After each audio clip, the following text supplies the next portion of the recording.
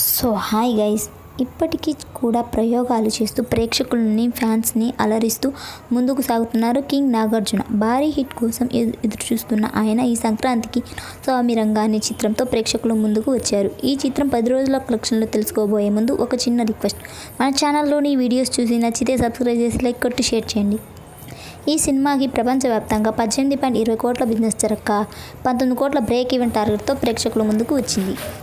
10వ రోజు కలెక్షన్ల వివరాల్లోకి వెళ్తే నైజాంలో 4 లక్షలు, సీడెడ్లో 3 లక్షలు, ఉత్తరాంధ్రలో 8 లక్షలు, ఈస్ట్ గోదావరిలో 2 లక్షలు, వెస్ట్ గోదావరిలో 2 లక్షలు, గుంటూరులో 1 లక్ష, కృష్ణాలో 1 లక్ష, నెల్లూరులో 1 లక్షలతో కలిపి 22 లక్షల షేరు, 40 లక్షల గ్రాసులు వసూలు చేసింది.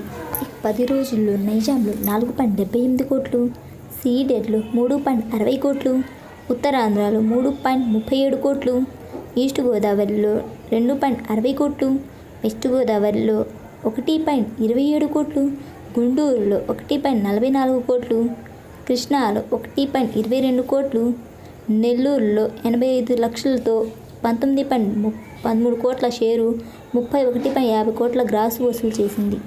ప్రపంచవ్యాప్తంగా తెలుగులో 10 రోజుల్లో 19.13 కోట్లు, కర్ణాటక, రెస్ట్ ఆఫ్ ఇండియాలో 73 లక్షలు, ఓవర్సీస్లో 59 లక్షలు వసూలు చేసిన ఈ చిత్రం 20.44 కోట్ల షేర్ను, 46 కోట్ల గ్రాస్ను వసూలు చేసింది.